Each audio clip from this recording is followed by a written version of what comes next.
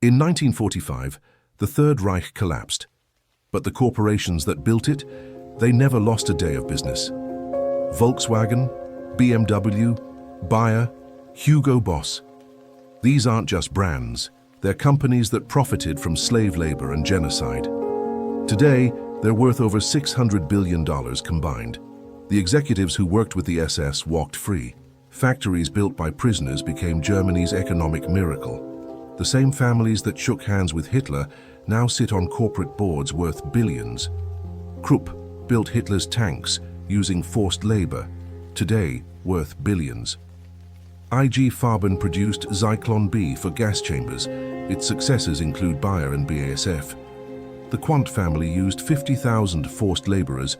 Their descendants own nearly half of BMW. When Germany lost the war, these companies made a calculation. Admit nothing, destroy evidence, wait for the world to move on. Within a decade, they were booming. Within 2 decades, they dominated European industry. Within 3, their Nazi past became a footnote. This is the story of how evil doesn't die, it rebrands. How wealth built on atrocity became legitimate through patience and legal protection. And how the dynasties that profited from genocide still control Europe's industrial core today. Chapter 1. Unholy Alliance.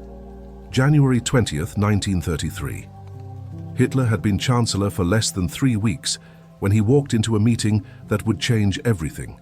Not a military briefing, not a propaganda rally, a private dinner with Germany's most powerful industrialists. 25 men sat around the table.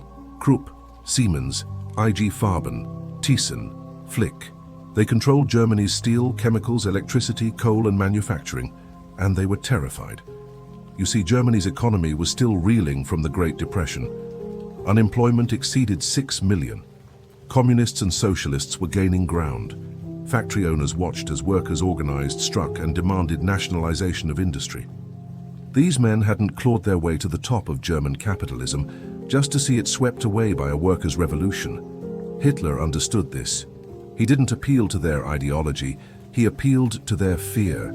Smash the labor unions, eliminate the Communist Party, guarantee profits, rearm Germany, and create unlimited demand for industrial production.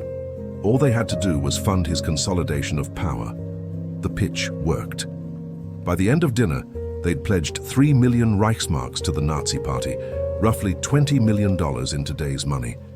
Within weeks, the Reichstag was burning.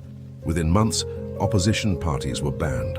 Within a year, independent labor unions ceased to exist, and German industry had exactly what it wanted: a docile workforce, guaranteed contracts, and a government that prioritized corporate profit above all else.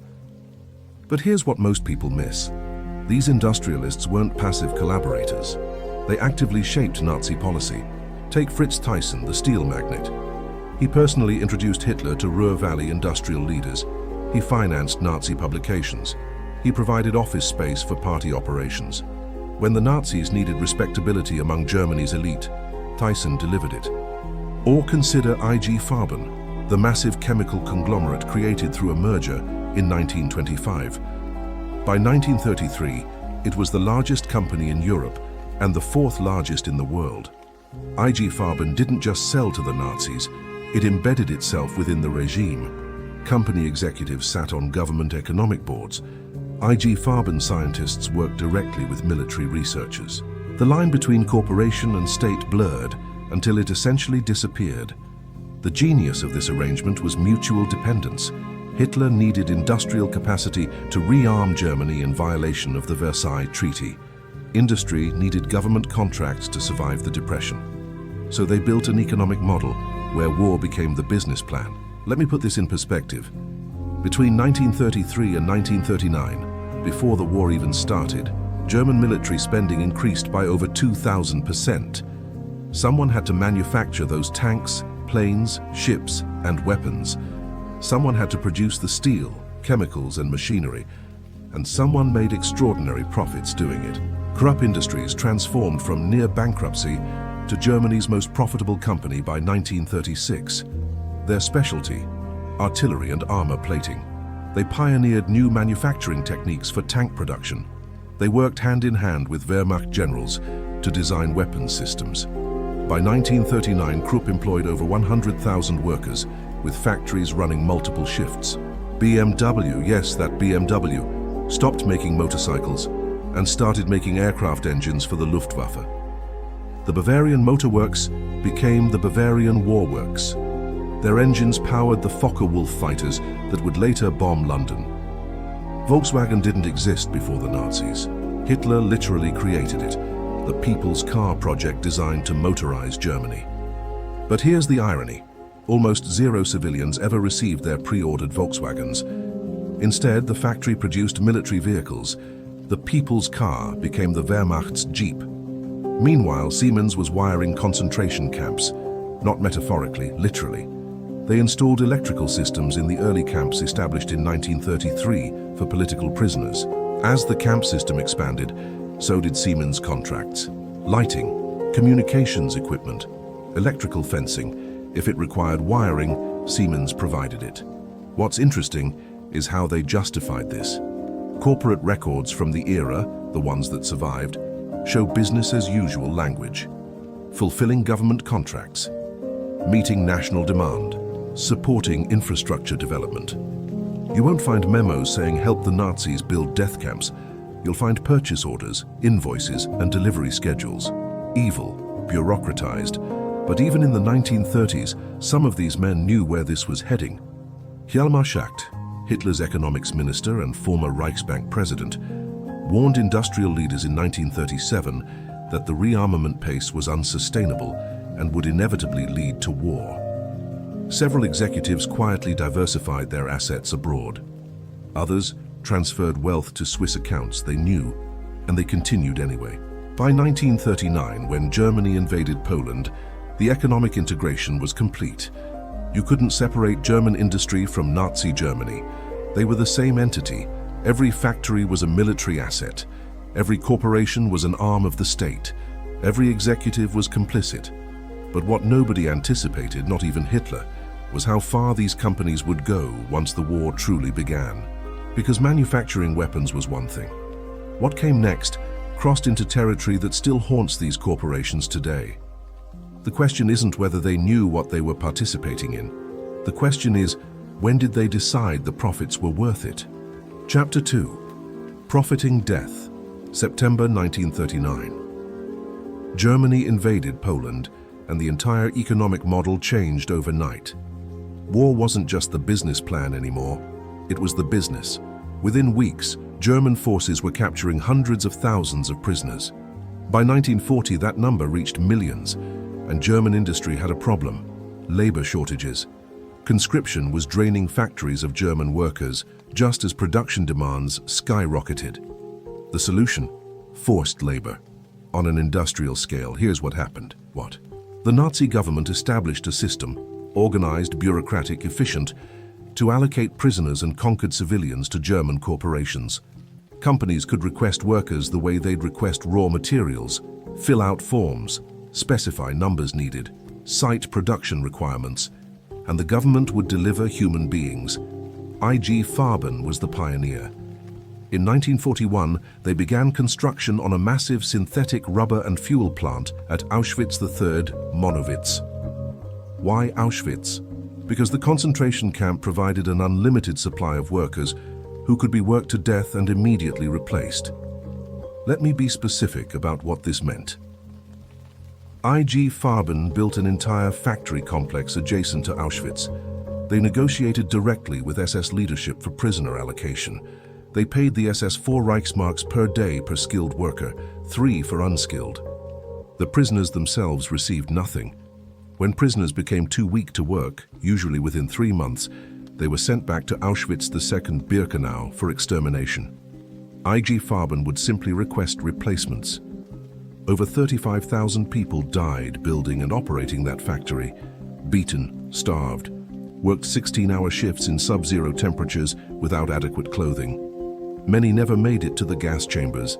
They died in the factory itself. And IG Farben executives visited regularly. They inspected operations. They reviewed production reports. They knew exactly what was happening because they designed the system. But IG Farben wasn't alone. By 1942, virtually every major German corporation was using forced labor. Volkswagen's plant in Wolfsburg employed over 20,000 forced laborers and prisoners of war. They built barracks on site. Women prisoners were forced into prostitution in factory-adjacent brothels to incentivize male workers. When Allied bombing increased, Volkswagen moved production underground into tunnels where conditions were even more brutal. Daimler-Benz, yes, Mercedes, used over 40,000 forced laborers across their facilities. They operated their own concentration camp at their Genshagen plant near Berlin. Prisoners manufactured aircraft engines for the Luftwaffe. The company's records show they specifically requested child laborers for certain tasks. Children as young as 12 assembling precision engine components. BMW's factories in Allach and Eisenach used roughly 50,000 forced laborers. The Quandt family, which owned the company, maintained detailed records of these workers, records they later claimed were destroyed during the war. They weren't. Historians discovered them in 1997 in Russian archives. Siemens operated factories inside Auschwitz, Buchenwald, and Ravensbrück concentration camps. They didn't just rent prisoner labor, they brought the factory to the prisoners. Over 80,000 forced laborers worked for Siemens during the war. The company's official history barely mentioned this until the 1990s. Krupp Industries built factories at Auschwitz and dozens of other camps. At their Essen headquarters, they constructed a massive underground production facility called the Bertha-Werk, built entirely by camp prisoners. Over 200,000 forced laborers passed through Krupp facilities. Approximately 70,000 died. Think about that scale. 70,000 people. That's more than the population of many cities, dead, because they were worked to death building weapons. And here's what's crucial to understand. This wasn't desperation. This was strategy. These companies made deliberate calculations. Slave labor was cheaper than paying German workers. Prisoners could be worked harder without unions or safety regulations. And if prisoners died, the SS provided replacements. Corporate board meetings discussed forced labor allocation the way they discuss steel shipments.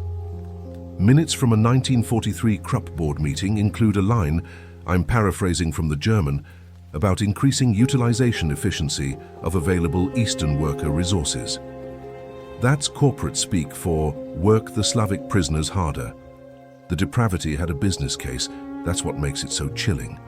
But even within this nightmare, one company stood apart. IG Farben didn't just use forced labor, they manufactured the instrument of genocide itself. In 1941, IG Farben's subsidiary Dagisch supplied Zyklon B to concentration camps.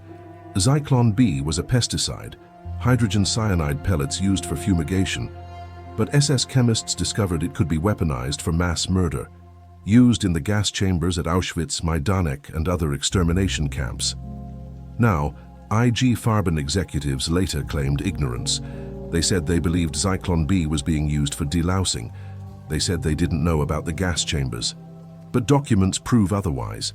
Shipping records show unusual order sizes, quantities far beyond what delousing would require. Correspondence between IG Farben and the SS references special handling of Zyklon B shipments. And most damningly, Dagisch removed the warning odorant from Zyklon B shipped to camps, the chemical that made it smell, that warned people of danger.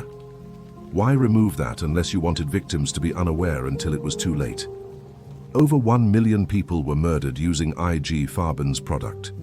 Meanwhile, other companies found their own ways to profit from genocide. Hugo Boss, yes, the fashion brand, manufactured SS uniforms. They used forced labor in their factories. The sleek black uniforms worn by concentration camp guards? Hugo Boss.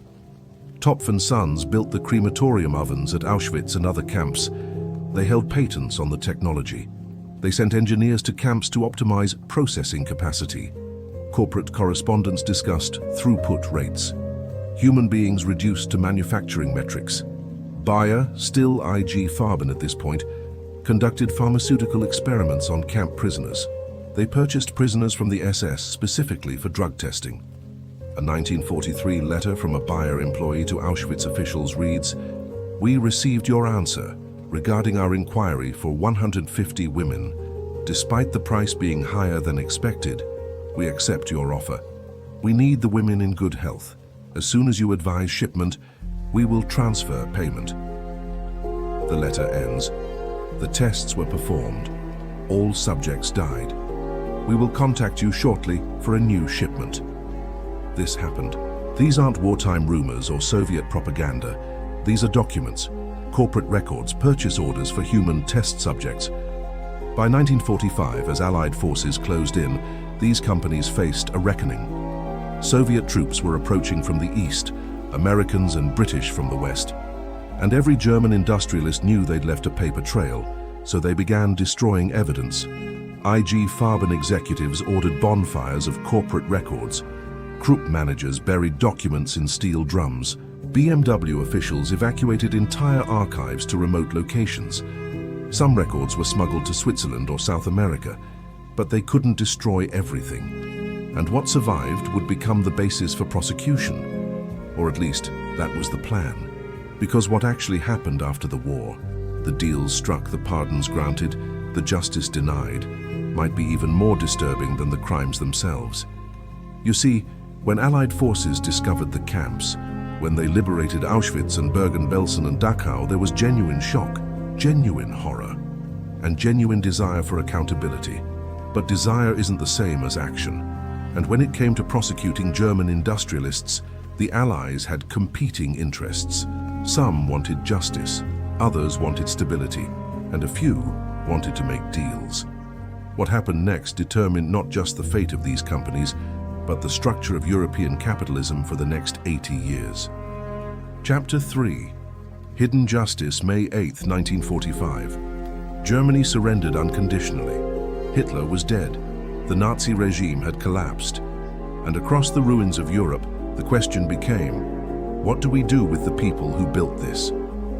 The Nuremberg trials grabbed headlines, Göring in the defendant's box, Ribbentrop sentenced to hang, the architects of genocide facing justice. But running parallel to those famous trials were lesser-known proceedings, the industrialist trials. And this is where things get complicated. In 1947, the United States Military Tribunal began the IG Farben trial. Officially, United States of America versus Karl Krausch et al. 24 IG Farben executives faced charges, crimes against humanity, plunder, slavery, mass murder through Zyklon B production. The evidence was overwhelming. Documents, testimony from survivors, confessions from mid-level employees. The prosecution laid out exactly how IG Farben had built a factory complex at Auschwitz, how they'd worked prisoners to death, how they'd supplied the gas that murdered over 1 million people. And yet, of the 24 defendants, 13 were acquitted. Of the 11 convicted, the harshest sentence was 8 years. Most served far less. By 1951, all had been released. Why? Because by 1947, the Cold War had begun. The Soviet Union occupied East Germany. Tensions were rising, and American military governors realized they needed German industrial capacity operational, not dismantled or imprisoned. General Lucius Clay, the American military governor of Germany, made the calculation explicit in a memo. We cannot afford to paralyze German industry at a time when European recovery depends on German production. So the trials became performances, justice theater. Prosecute some executives publicly to satisfy public demand for accountability, but behind the scenes, negotiate lighter sentences, expedite releases, and most importantly, leave the corporations themselves intact. The Krupp trial exemplified this perfectly. Alfred Krupp faced charges for plundering occupied territories and using slave labor. The evidence was damning, including testimony from survivors who described being beaten, starved, and worked until they collapsed. Krupp was convicted in 1948, sentenced to 12 years in prison, all property confiscated. But look what happened next. American business leaders began lobbying for his release. John J. McCloy, the U.S. High Commissioner for Germany, received letters from American industrialists arguing that Krupp was being unfairly scapegoated, that he was essential to German reconstruction. That harsh treatment of German business leaders was counterproductive. In 1951, just 3 years into his sentence, Krupp was pardoned. not just released, pardoned. His property was returned. He walked out of Landsberg prison and directly back into his office at Krupp Industries headquarters in Essen. By 1953, Krupp Industries was bidding on NATO defense contracts. Let that sink in. A man convicted of crimes against humanity for working prisoners to death was, within 5 years, manufacturing weapons for the Western Alliance, and Krupp wasn't unique. Across Germany, the pattern repeated. Light sentences, early releases, quiet pardons. Of the roughly 5,000 German industrialists and business managers who could have been prosecuted for war crimes, fewer than 40 faced trial. Of those, most served minimal time. But here's where it gets even more disturbing. The Allies didn't just avoid prosecuting German industrialists, they actively recruited them. Operation Paperclip is famous for bringing Nazi rocket scientists to America. Werner von Braun and his team building NASA's space program. But there was an economic version of Paperclip that nobody talks about. American intelligence agencies identified German business leaders who had expertise in chemical production, advanced manufacturing, and industrial organization. Many had Nazi affiliations. Some had clear records of using forced labor. And the CIA offered them deals. Work for us and we'll shield you from prosecution. Documents declassified in the 1990s revealed that the CIA maintained a protected persons list, German industrialists and executives who were considered too valuable to prosecute. When local commanders tried to arrest these individuals, the CIA intervened.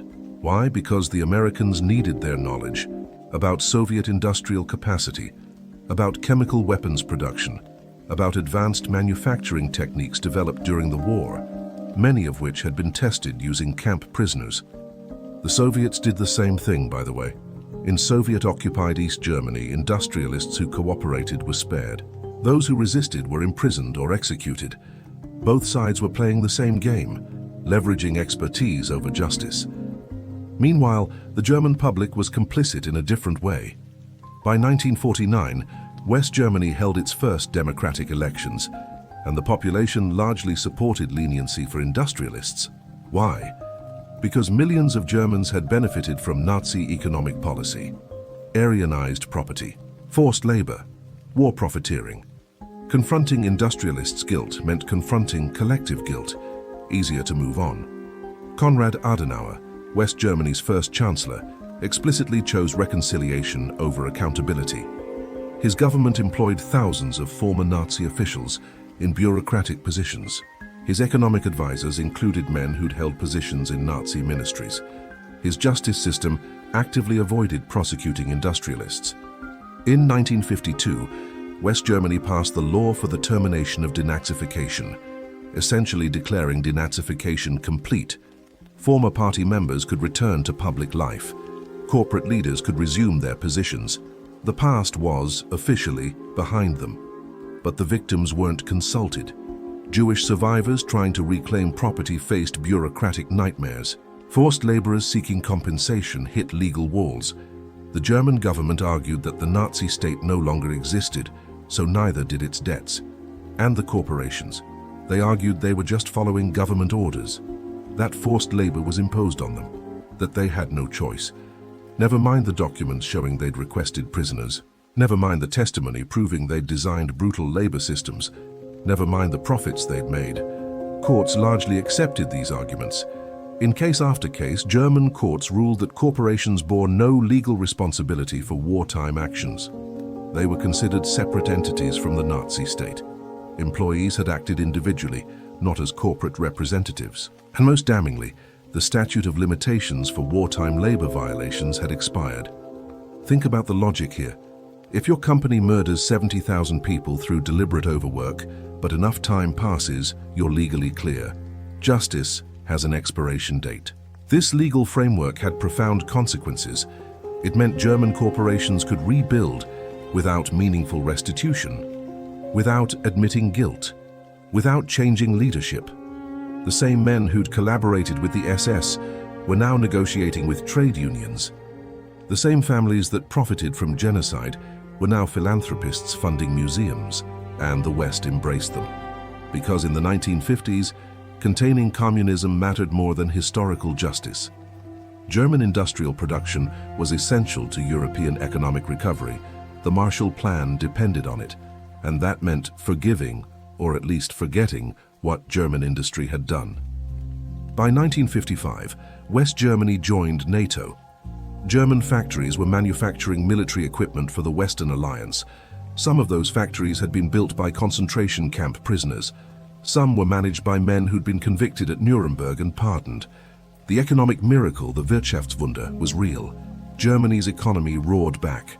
By 1960, West Germany had the third largest economy in the world. Unemployment was negligible, standards of living soared, and the corporations that drove this miracle? They were the same corporations that had driven the Nazi war economy. Krupp, Siemens, Daimler-Benz, BMW, IG Farben's successors. They dominated German industry just as they had before.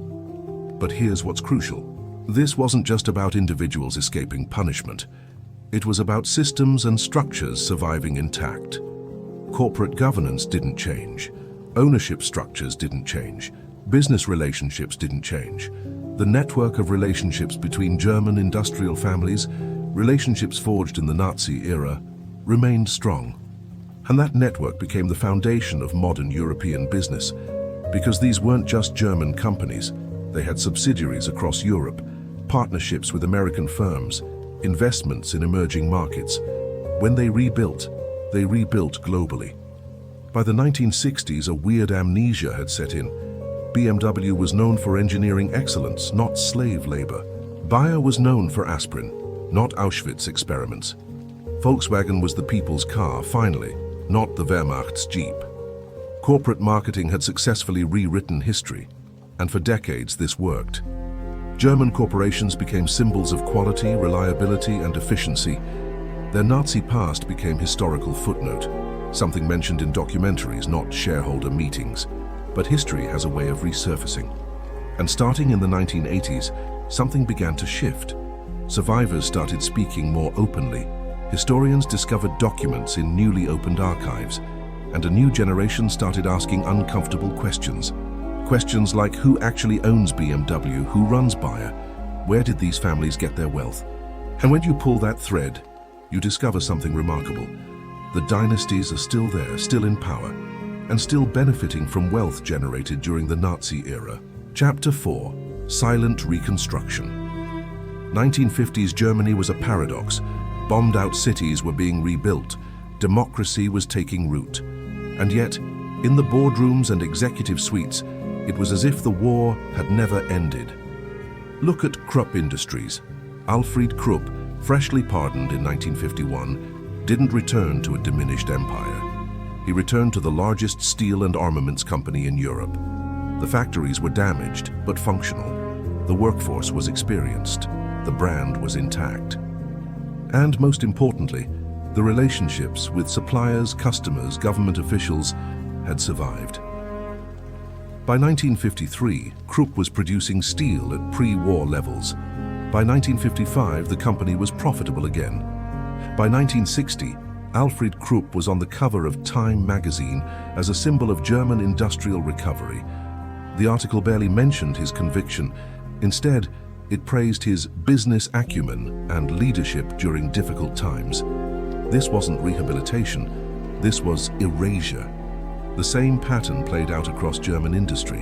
At BMW, the Quandt family had lost control of the company during the war's final months. Herbert Quandt was technically stripped of assets by Nazi officials for perceived disloyalty. But post-war, those assets were quietly returned. By 1959, Herbert Quandt had purchased controlling interest in BMW, which was struggling financially. He restructured the company, brought in new management, and positioned BMW for the sports car boom of the 1960s. Today, the Quandt family's stake in BMW is worth over $40 billion. Their total wealth exceeds $50 billion. They're Germany's richest family, and until 2007, they'd never publicly acknowledged their family's Nazi-era history. What changed in 2007? A journalist named Benjamin Ferencz began investigating. He discovered that Günther Quandt, Herbert's father, had been an enthusiastic Nazi supporter who'd profited enormously from Aryanization, the forced sale of Jewish businesses at below-market prices. Günther acquired battery and weapons factories previously owned by Jewish industrialists. His companies used over 50,000 forced laborers. When this became public, the Quandt family commissioned an independent historian to investigate. In 2011, the results were published. They confirmed everything. The family's wealth was built substantially on Nazi-era plunder and slave labor. The Quandts issued a statement expressing regret. They donated to Holocaust education programs, but they didn't return any wealth. They didn't compensate survivors beyond what German law required. They acknowledged history without meaningful restitution, and legally, they didn't have to. Because by 2011, the statute of limitations had long passed. German courts wouldn't even hear claims. The legal door was closed. This pattern, acknowledge, apologize, make symbolic donations, keep the money, became the corporate playbook for dealing with Nazi history. Consider IG Farben. After the Nuremberg trials, the Allies ordered IG Farben dismantled. Too large, too powerful, too complicit in genocide to continue existing. So in 1952, IG Farben was officially dissolved into successor companies, Bayer, BASF, Hoechst, and several smaller entities. On paper, this was punishment. In practice, it was opportunity. These successor companies inherited IG Farben's factories, patents, research, and personnel. Bayer got the pharmaceutical division, including researchers who'd conducted experiments on camp prisoners. BASF got the chemical division, including the Ludwigshafen plant that had produced Zyklon B. Hoechst got the dye and plastics division. What they didn't inherit was legal liability. German courts ruled that the successor companies were new entities, not responsible for IG Farben's wartime actions. So Bayer, BASF, and Hoechst could build on IG Farben's research and infrastructure without compensating its victims. This legal fiction was brilliant and horrifying. You inherit the assets but not the debts, the profits but not the guilt. By the 1960s, Bayer was one of the world's largest pharmaceutical companies. They developed new drugs, expanded globally, and dominated European markets. Their corporate history acknowledged IG Farben's existence, but framed it as a dark chapter we've learned from. They rarely mentioned that their own labs, their own researchers, had been directly involved in that darkness. BASF similarly thrived. They became the world's largest chemical producer. They innovated in plastics, agricultural chemicals, and industrial materials. And they did it using patents and research developed at IG Farben, much of it tested on unwilling human subjects. What's interesting is how these companies managed their image. They didn't deny their Nazi past. That would be too obviously false. Instead, they minimized it. We were one small part of a massive conglomerate. Individuals made terrible decisions. The company today bears no resemblance to what A retry A continue edit existed then, and they invested heavily in corporate social responsibility. Bayer sponsored medical research. BASF funded environmental programs. They became model corporate citizens. If you toured their facilities in the 1970s, you'd see modern factories, safety protocols, worker benefits. You'd never know these buildings stood where prisoners once died. But beneath the surface, continuity ran deep. Look at management. In 1955, Fritz Termeer, convicted at Nuremberg for his role in IG Farben's Auschwitz operations, was released from prison. By 1956, he was on Bayer's supervisory board. A man convicted of slavery and mass murder, advising one of the world's largest pharmaceutical companies. German corporate boards didn't see this as scandalous. They saw it as pragmatic.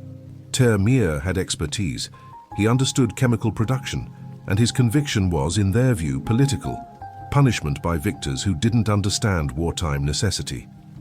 This thinking pervaded German boardrooms. At Siemens, executives who'd overseen forced labor programs resumed their careers. At Daimler-Benz, engineers who designed tanks using prisoner labor now designed luxury cars. The skills were transferable. The morality was irrelevant, and the German government actively facilitated this. In 1953, West Germany passed the Federal Supplementary Law, which restored pensions to former Nazi officials, including SS officers and concentration camp administrators. The logic was that they'd served the German state, regardless of what that state had done. This meant SS officers who'd guarded camp prisoners now received government pensions. Meanwhile, survivors trying to claim compensation faced bureaucratic obstacles designed to discourage them. You needed documentation, but the Nazis had destroyed records.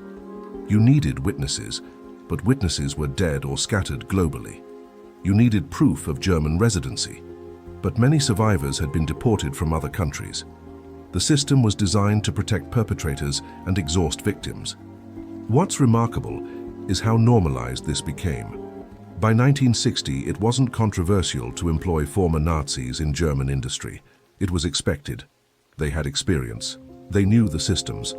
And the Cold War provided convenient justification. We need expertise to compete with the Soviets. Meanwhile, the corporate dynasties solidified their power. The Krupps diversified beyond steel into manufacturing and engineering. The Quants expanded into pharmaceuticals and technology alongside their automotive empire. The Flick family, Friedrich Flick, had been convicted at Nuremberg for using slave labor, rebuilt their fortune in steel, and later sold assets to Daimler-Benz for billions. These weren't just rich families, they were power brokers. They funded political parties, shaped economic policy, and determined who succeeded in German business. If you wanted to rise in German industry, you needed their approval. And seeking that approval meant not asking uncomfortable questions about the past. The silence was enforced through social mechanisms. Journalists who investigated Nazi-era business connections found themselves shut out of corporate access. Historians who published critical findings faced lawsuits. Survivors who spoke publicly were dismissed as bitter or exaggerating. And it worked. For 30 years, from 1950 to 1980, German corporations operated with minimal scrutiny of their Nazi past. They grew, they prospered, they became global brands, and they buried their history so successfully that most people forgot it existed. But in the 1980s, something shifted. A new generation came of age in Germany. Young people who hadn't lived through the war, who hadn't rebuilt from rubble, who started asking their grandparents, "What did you do? Where did our family's money come from?" And when the answers came, often reluctantly, sometimes never, some of these young people became historians, journalists, activists. They started digging. Archives that had been lost were suddenly discovered. Documents that had been destroyed turned up in private collections. And slowly, piece by piece, they reconstructed what their grandparents' generation had tried to forget. The first major breakthrough came in 1986, when historian Peter Hayes published a detailed analysis of IG Farben's role in the Holocaust. His research, based on captured documents and survivor testimony, made it impossible to claim the company didn't know what was happening at Auschwitz. The evidence was overwhelming. IG Farben had deliberately built at Auschwitz to exploit prisoner labor. They'd known prisoners were being worked to death. They'd participated in selections, choosing which prisoners were fit to work and which should be sent to the gas chambers. This sparked a wave of research. Other historians began investigating other companies. And what emerged was a comprehensive picture of corporate complicity far beyond what the Nuremberg trials had exposed. The 1990s brought another shift. The collapse of the Soviet Union opened Eastern European archives. Russian historians had captured massive quantities of German corporate records in 1945 and stored them in Moscow. When those archives opened, researchers found documents German companies had claimed didn't exist. BMW's use of forced labor, documented in meticulous detail, Volkswagen's prisoner barracks, blueprints and construction records, Siemens's camp factories, photographs and accounting ledgers. Companies couldn't deny anymore. The evidence was too substantial. So the strategy shifted again. Yes, we used forced labor, but we were forced to. The Nazi government compelled us. We had no choice. We're not responsible. Except the documents told a different story. Memos showed companies requesting prisoners. Letters revealed negotiations over labor costs. Meeting minutes demonstrated active participation in designing forced labor systems. The lies were catching up. And in the late 1990s, survivors started organizing. Many were elderly now, in their 70s and 80s. They'd spent 50 years trying to move on. But seeing companies prosper while they struggled financially, seeing dynasties' wealth built on their suffering, something broke. Class action lawsuits began, not just against German companies, but against American firms that had profited from Nazi collaboration. IBM for providing data systems used to organize deportations, Ford and GM for their German subsidiaries' use of forced labor, Swiss banks for holding assets stolen from Holocaust victims. The corporations fought hard. They deployed armies of lawyers. They argued statute of limitations. They claimed sovereign immunity. They challenged standing, arguing that survivors couldn't prove they'd worked for their specific factory versus another company's nearby facility. But something was different now. Public opinion had shifted. Media coverage was sympathetic to survivors, and younger executives who hadn't been around during the war were uncomfortable defending their company's history. In 1998, German industry established the Remembrance, Responsibility and Future Foundation. German corporations and the government contributed 10 billion Deutsche Marks, roughly $5 billion, to compensate forced laborers. It wasn't full restitution, it wasn't proportional to the profits earned. But it was acknowledgement, sort of. Because here's the thing about that settlement, it included a clause. Companies that contributed were granted immunity from future lawsuits. It was, essentially, a legal shield purchased for pennies on the dollar compared to their actual liability. Survivors who accepted payments, typically between 2,500 and 7,500 euros, had to waive all future claims. Most took it. They were elderly. Legal battles are exhausting, and something was better than nothing. But that immunity clause meant the full truth would never come out in court.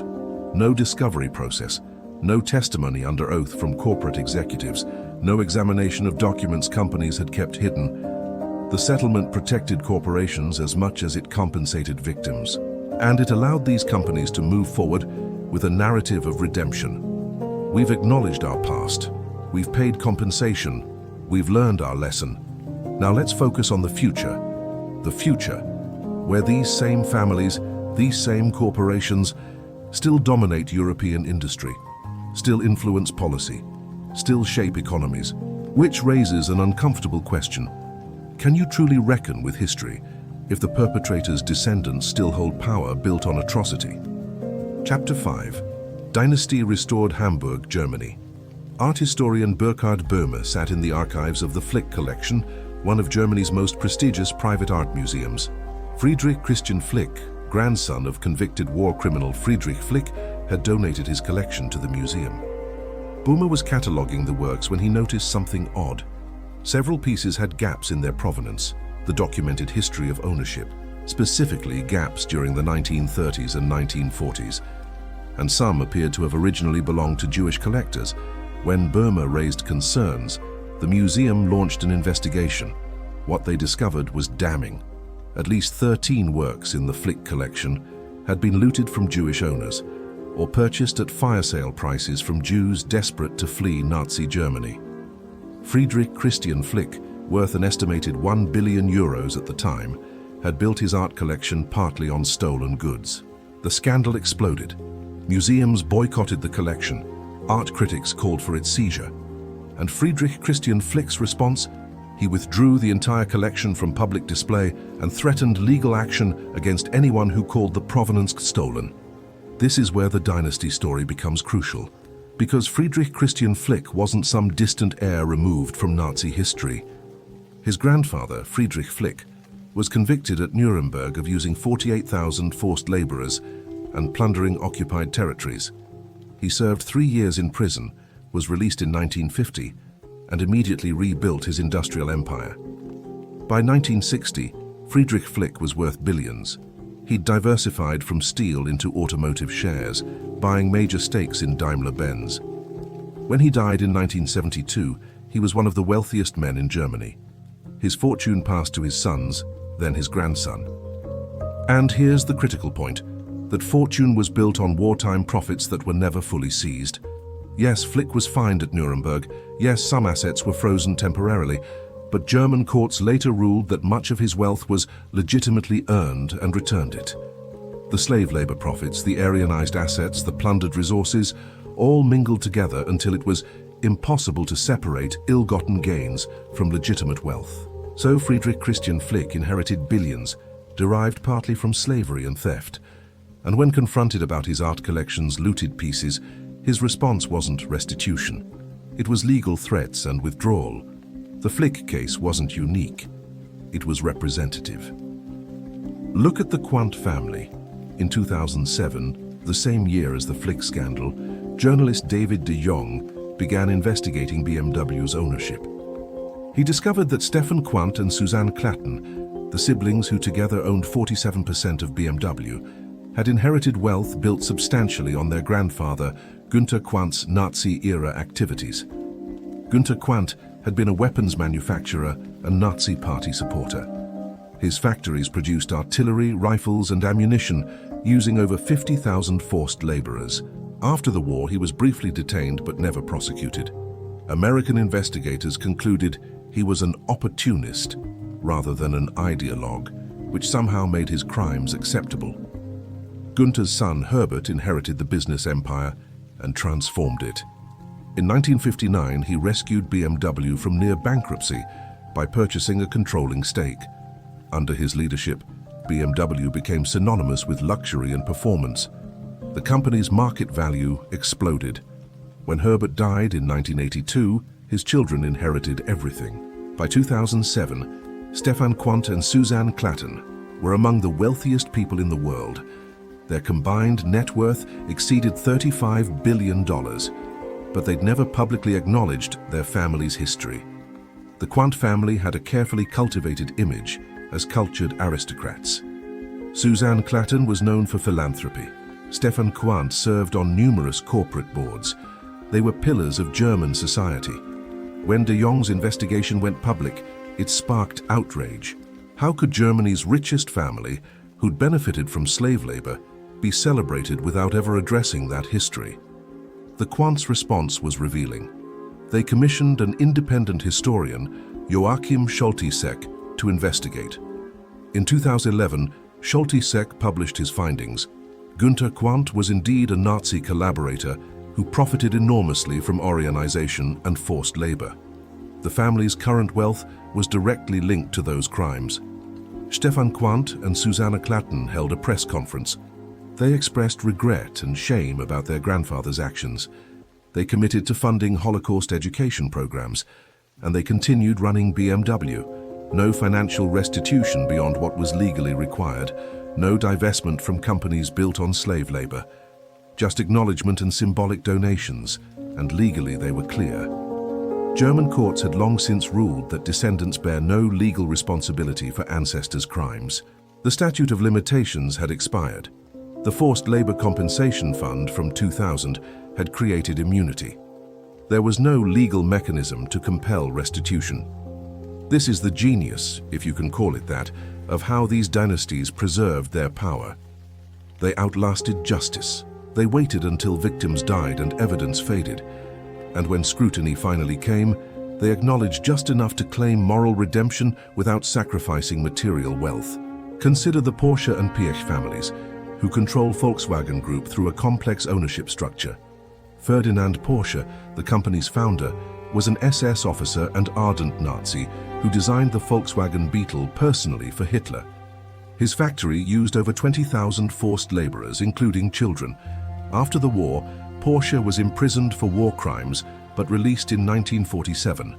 He returned to designing cars, founding the sports car company that bears his name. His descendants now control not just Porsche, but through merger and acquisition the entire Volkswagen Group, which includes Audi, Lamborghini, Bentley, and more. The family's combined wealth exceeds 15 billion euros. They've never paid compensation beyond legal requirements. And Volkswagen's corporate museum in Wolfsburg mentions forced labor briefly in one section, while dedicating entire wings to Ferdinand Porsche's engineering genius. This pattern extends beyond Germany. Hugo Boss, the fashion brand, was founded by Hugo Ferdinand Boss, an early Nazi party member who manufactured SS uniforms using forced labor. The company went bankrupt after the war, but was rebuilt by Boss's son-in-law. Today, it's a multinational corporation worth billions, In 1997, after a historian published evidence of the company's Nazi past, Hugo Boss issued a statement acknowledging its history and contributing to a compensation fund. Then they trademarked the name Boss more aggressively than ever, built flagship stores worldwide, and sponsored Formula One racing. The Nazi history became a footnote in corporate presentations about heritage and tradition. What's striking is how these dynasties maintained not just wealth but prestige. They sit on cultural boards, they fund museums, they're honored as philanthropists. The Quants sponsor art exhibitions, the Flicks endowed university chairs. The Krupps, before the male line ended in 1967, were granted noble titles and honors. German society not only forgave them, it celebrated them. Why? Partly because admitting these families' guilt meant confronting Germany's broader complicity. If the Quants were illegitimate, what about the thousands of Germans who'd worked for them? If Krupp's wealth was stolen, what about the cities that depended on Krupp factories? Collective amnesia was easier than collective reckoning. But there's another factor. These families were sophisticated about reputation management. They hired public relations firms. They controlled access to archives. They sued journalists who made claims they couldn't absolutely prove. And they made strategic donations that bought goodwill. A university that receives a multi-million euro donation from the Quant Foundation is less likely to host symposiums examining the Quant's Nazi past. A museum funded by the Flick collection won't mount exhibitions about art looting. It's soft censorship, not through explicit pressure but through financial dependency. This is how power reproduces itself, not through violence or coercion, through wealth that buys influence, reputation, and ultimately the power to shape narratives.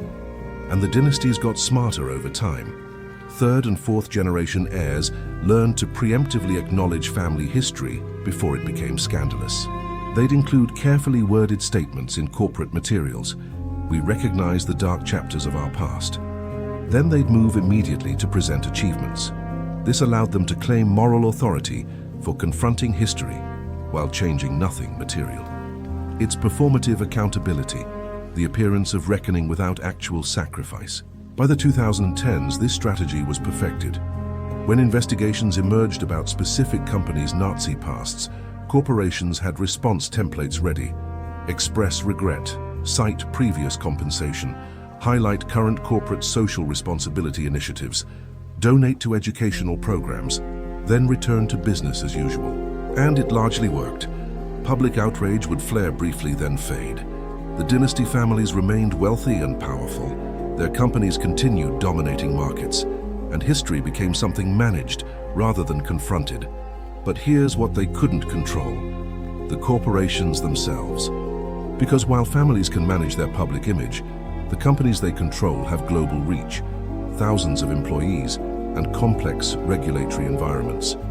And as these companies expanded globally, they encountered different legal systems, different cultural attitudes about Nazi history, and most importantly, different standards for corporate accountability, which is where the story takes its most recent turn. Because starting in the 2000s, these German corporations, now multinational giants, began facing challenges from an unexpected source: their own modern operations, revealing how deeply the past still shapes the present.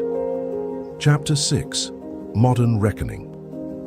Volkswagen's Dieselgate scandal exploded. The company had deliberately installed software in millions of vehicles to cheat emissions tests. The fraud was systematic, approved at high levels, and maintained for years. When investigators asked how this could happen, how a respected German corporation could engage in such brazen criminality, some pointed to corporate culture, a culture of deception, of prioritizing profit over ethics, of believing rules don't apply to you. And historians noted something uncomfortable. These were the same patterns that had allowed Volkswagen to thrive during the Nazi era. The same willingness to deceive, the same disregard for human cost, the same arrogance. Culture persists. And when that culture was forged in collaboration with genocide, when it was never truly dismantled or reformed, it reproduces itself. This isn't to say Dieselgate was equivalent to using slave labor. It absolutely wasn't. But it revealed something about institutional memory and values. Volkswagen had never truly reckoned with what it meant to be a company built by the Nazis, operated by forced laborers, and reconstructed by men who'd committed crimes against humanity. They'd acknowledged history, but they hadn't transformed their culture. The same year as Dieselgate, another scandal emerged. Documents revealed that Daimler-Benz, now Daimler AG, maker of Mercedes vehicles, had systematically underpaid Holocaust survivors working for their operations in Argentina. The company had been paying reduced pensions to former forced laborers, arguing they weren't regular employees and therefore deserved less. Survivors in their 90s were receiving pension payments of €200 per month from a company worth $75 billion, and Daimler was fighting in court to reduce even those pittance payments. The optics were catastrophic. Here was a company that had used 40,000 forced laborers during the war, paid minimal compensation in 2000, and was now nickel and diming elderly survivors. The moral bankruptcy was staggering. Public pressure forced Daimler to reverse course. They agreed to full pension payments and established an additional compensation fund. But the incident revealed something crucial. These companies hadn't voluntarily embraced accountability. They'd been dragged to it, inch by public pressure, legal action, and bad publicity. Left to their own devices, they'd have paid nothing. Around the same time, Bayer faced a different reckoning. In 2016, they acquired Monsanto, the agrochemical giant, for $66 billion. The acquisition made Bayer the world's largest agricultural company, but it also exposed them to massive litigation over Monsanto's products, particularly Roundup, a weed killer containing glyphosate that plaintiffs claimed caused cancer. By 2020, Bayer faced over 100,000 lawsuits. They'd settled many for over $10 billion. And in the process of defending themselves, something interesting emerged. Bayer's legal team repeatedly cited the company's history of scientific excellence and ethical research. But plaintiffs' lawyers pointed out that Bayer's predecessor, IG Farben, had conducted pseudoscientific experiments on concentration camp prisoners, that Bayer had purchased prisoners for drug testing, that the company's scientific traditions included some of the most unethical research in human history. This created a fascinating legal problem. Could Bayer simultaneously claim IG Farben's scientific legacy while disavowing its ethical horrors? Could they inherit the benefits of research conducted through atrocity while disclaiming responsibility for that atrocity? Courts ultimately ruled that Bayer wasn't legally responsible for IG Farben's crimes. They were separate corporate entities. But the question haunted the proceedings. If Bayer wasn't the successor to IG Farben, why did they hold IG Farben's patents? Why did they employ descendants of IG Farben researchers? Why did their corporate timeline claim IG Farben as part of their heritage? You can't have it both ways. Either you're the successor, in which case you inherit responsibility, or you're not, in which case you don't get to claim the legacy. But Bayer, like other German corporations, wanted exactly both. The prestige without the guilt, the patents without the liability, the market position without the moral debt. This contradiction became increasingly untenable in the 2010s and 2020s. A new generation of consumers, particularly in the US and UK, began demanding corporate accountability. Social media amplified criticism. Investigative journalists had easier access to historical archives, and survivors' descendants became activists. The grandchildren of forced laborers, now in their 40s and 50s, started organizing. They didn't just want compensation for their grandparents, they wanted institutional change. They wanted these companies to genuinely reckon with their past, not just issue statements. In 2017, a coalition of survivors' families filed lawsuits against BMW, Daimler, and Volkswagen, arguing that the forced labor compensation fund of 2000 had been inadequate and coerced. They demanded that companies open all archives, publish complete histories, and establish ongoing compensation mechanisms rather than one-time payments. The companies fought viciously. They argued res judicata. The matter had been settled. They claimed opening archives would violate privacy laws. They said ongoing compensation was legally impossible and economically unreasonable. But public pressure mounted. Institutional investors started asking questions. ESG, environmental, social, governance, rating agencies began factoring Nazi-era history into corporate assessments, and universities started divesting from companies that refused fuller disclosure. BMW moved first. In 2019, they announced a comprehensive archive project, partnering with independent historians to document their Nazi-era history fully. They committed to publishing all findings, regardless of how damning, and they established an ongoing fund for survivors' descendants, not compensation exactly, but support for education and remembrance. It was a smart move. By voluntarily opening archives, BMW controlled the narrative. They could frame it as moral leadership rather than capitulation, and they could claim to be different from their competitors who were still fighting disclosure. Volkswagen followed in 2020, announcing a similar initiative. Daimler in 2021, Siemens in 2022.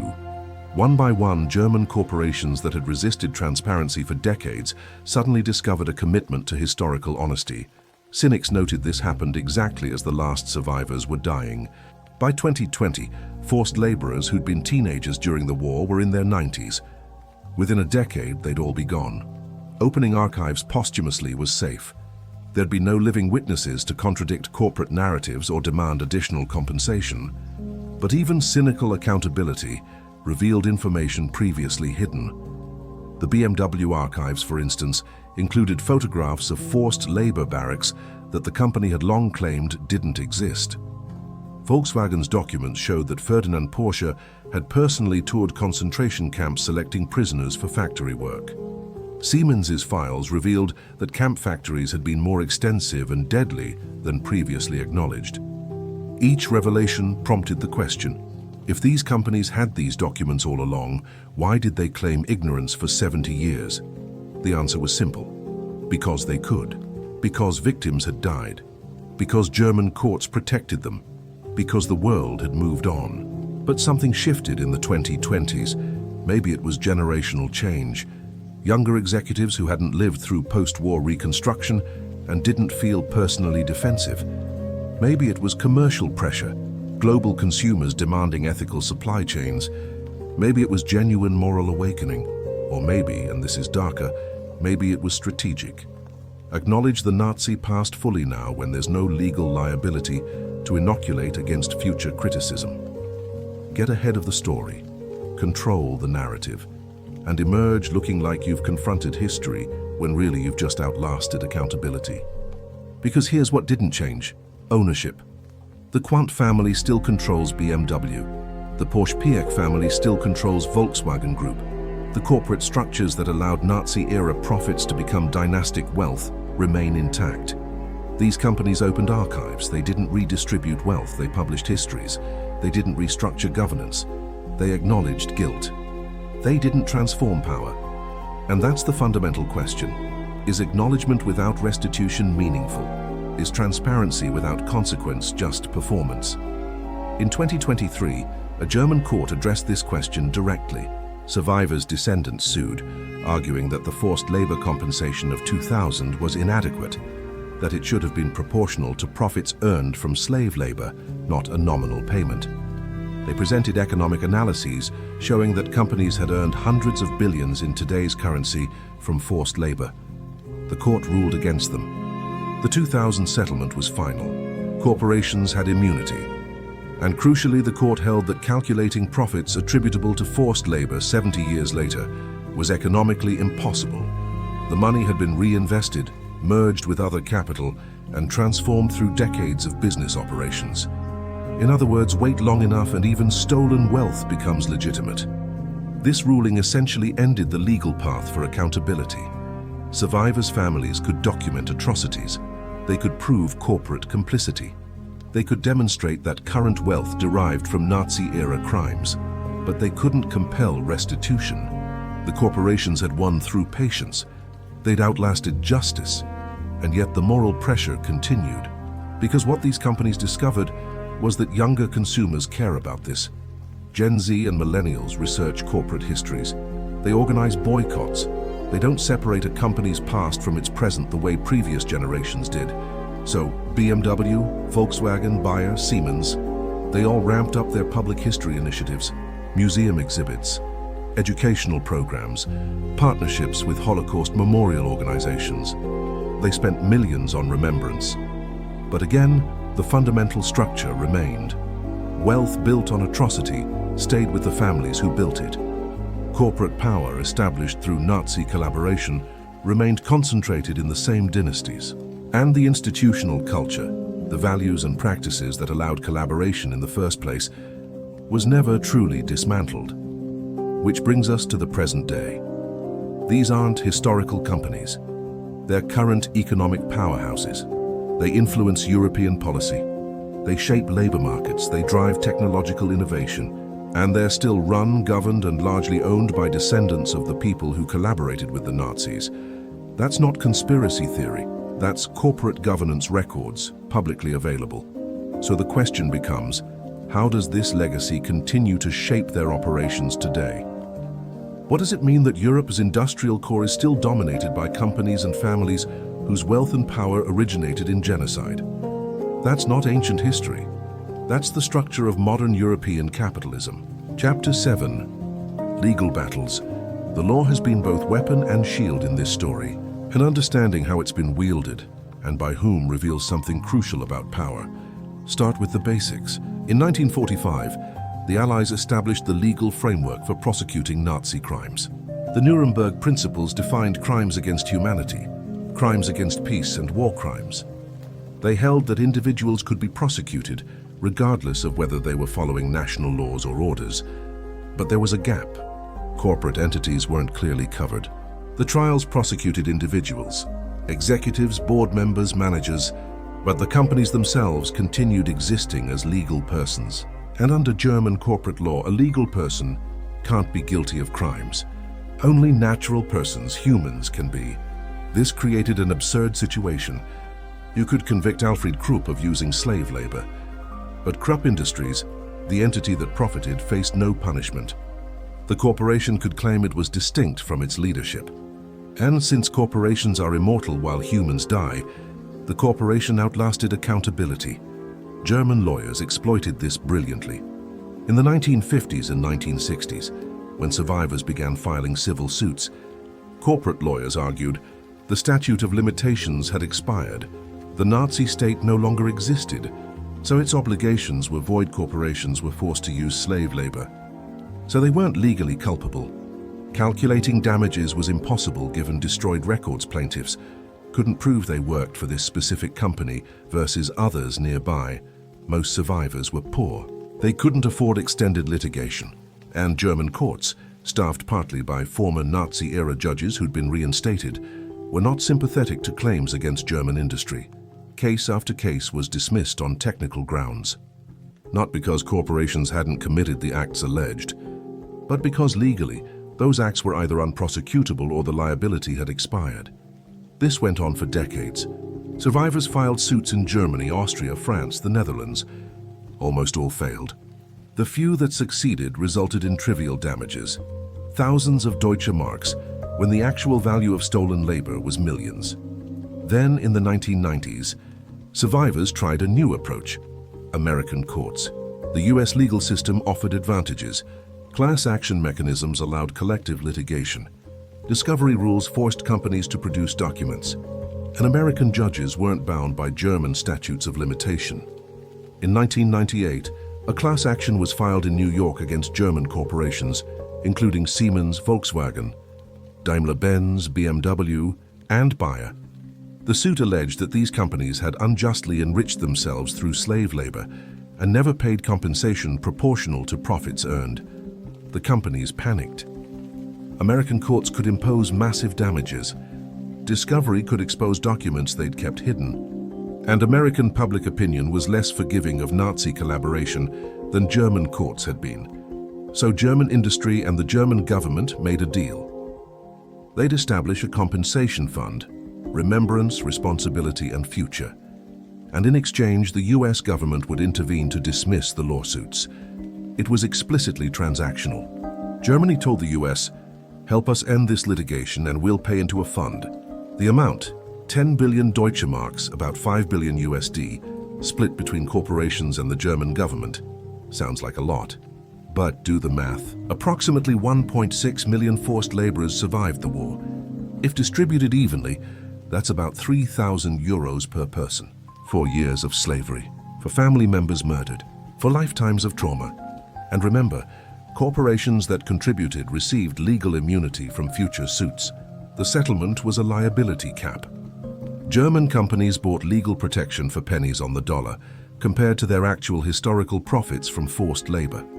Survivors faced a choice: accept the payment and waive all future claims, or refuse and continue litigation that might never succeed. Most took the money. They were elderly. They needed it. And something was better than nothing.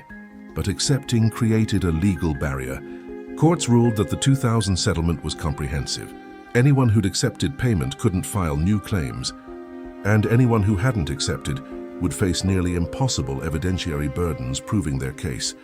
It was elegant from the corporation's perspective. They'd converted moral debt into a fixed financial obligation, and the obligation was small enough to be meaningless relative to their wealth. Consider, Volkswagen's contribution to the fund was about 500 million euros. In 2023, Volkswagen's annual revenue exceeded 320 billion euros. Their contribution amounted to about 0.15% of 1 year's revenue, less than the cost of a modest advertising campaign. For that, they bought immunity from all future forced labor claims. It was the deal of the century, and it established a precedent. When survivors filed new claims, based on newly discovered documents, courts dismissed them, citing the 2000 settlement. When descendants argued they deserved compensation for inherited trauma, courts ruled the settlement was final. The door was closed, or mostly closed, because some survivors hadn't accepted the settlement payment. And in the 2010s, their descendants found creative legal arguments.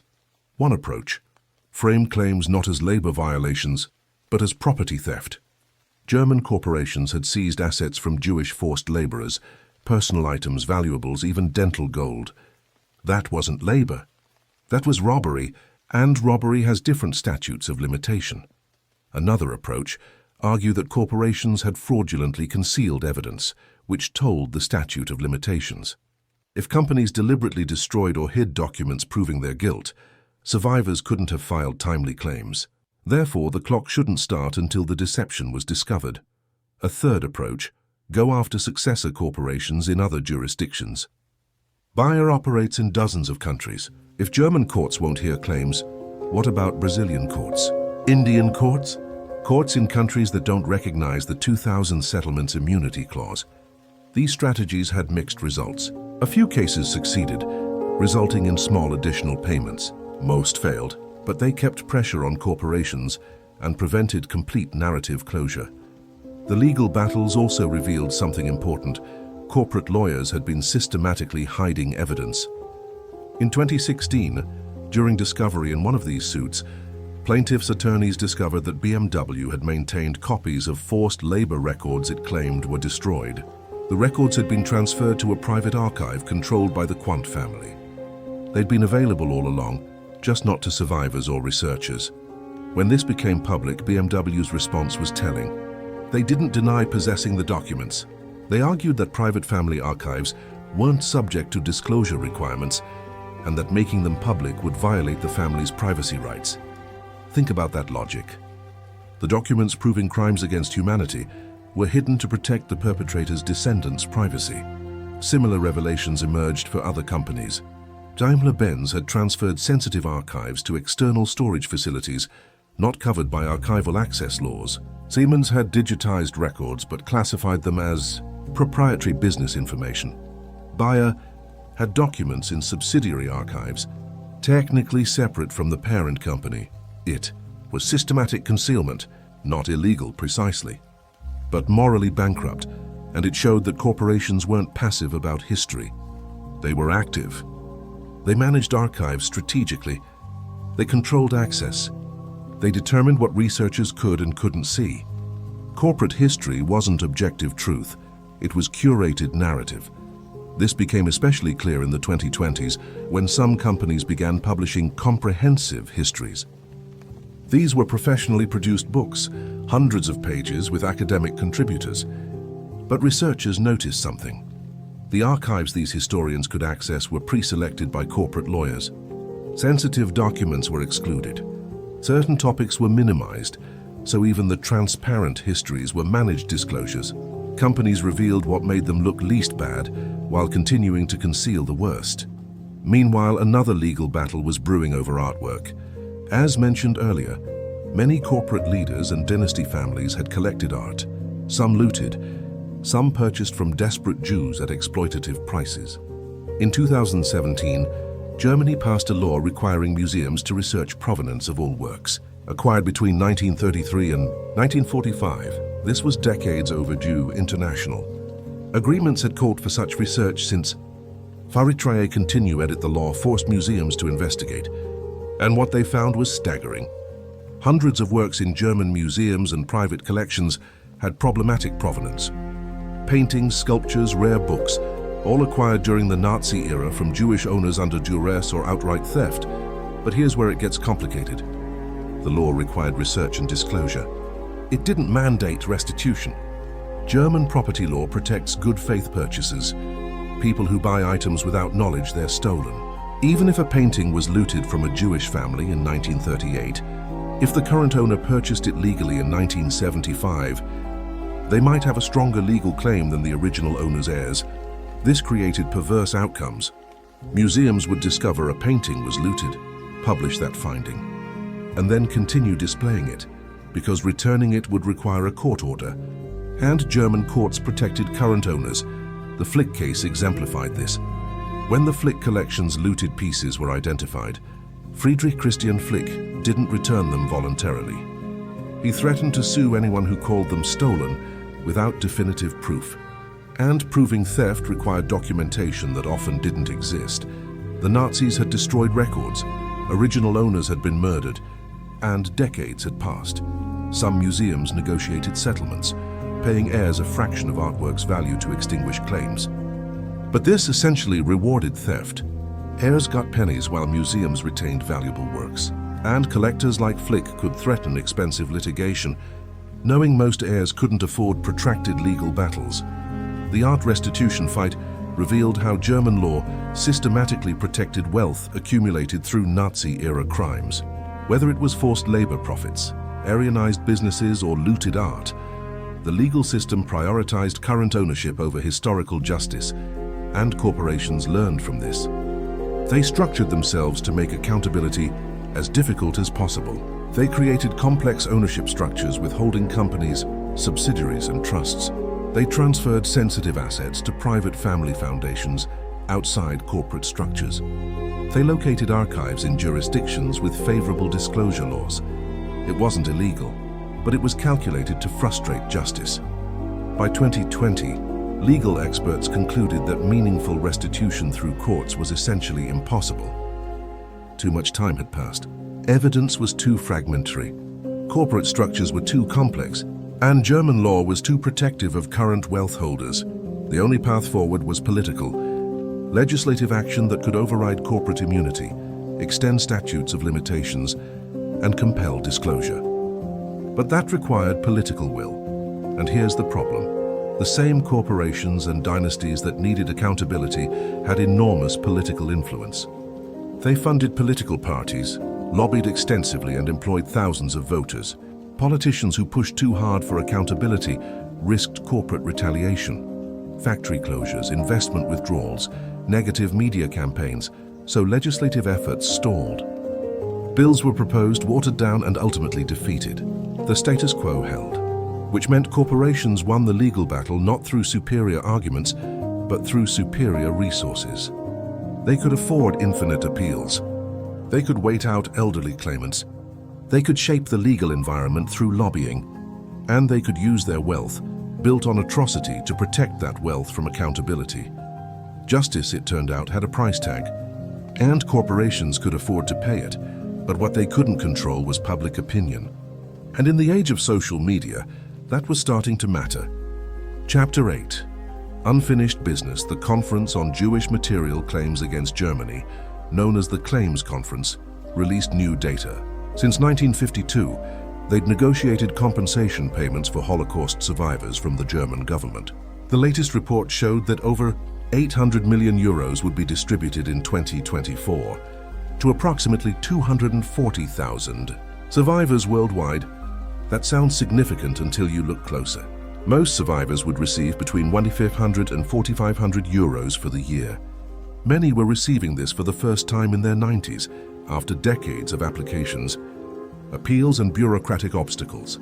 And crucially, this money came from the German government, not the corporations that had actually enslaved them. The companies had paid into the 2000 fund and walked away. Ongoing obligations fell to taxpayers. Think about that structure. German citizens, most born long after the war, were paying for crimes committed by corporations that are now wealthier than ever. The actual perpetrators had limited liability. The costs were socialized while the profits remained private. This wasn't unique to Germany. Across Europe, governments paid reparations while corporate profits compounded.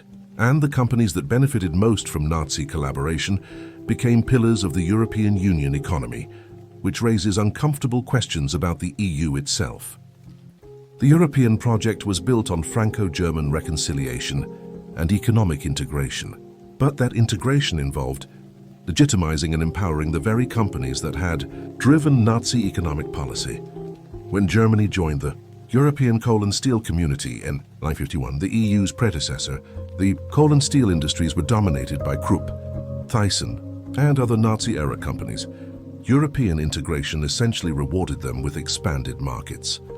When the European Economic Community formed in 1957, German chemical and automotive companies gained access to markets across Europe. The same companies that had manufactured weapons and poison gas for the Nazis were now the engines of European prosperity. This created a deep tension. European unity was supposed to prevent another war, another Holocaust. But it was built on economic structures created by Nazi collaborators. How do you reconcile that? The answer largely was, don't think about it. Focus on the future.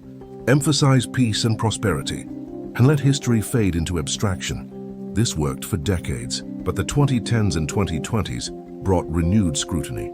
Young Europeans educated about Nazi history in school started asking why the corporations that enabled genocide were now celebrated as European champions. Social media amplified this.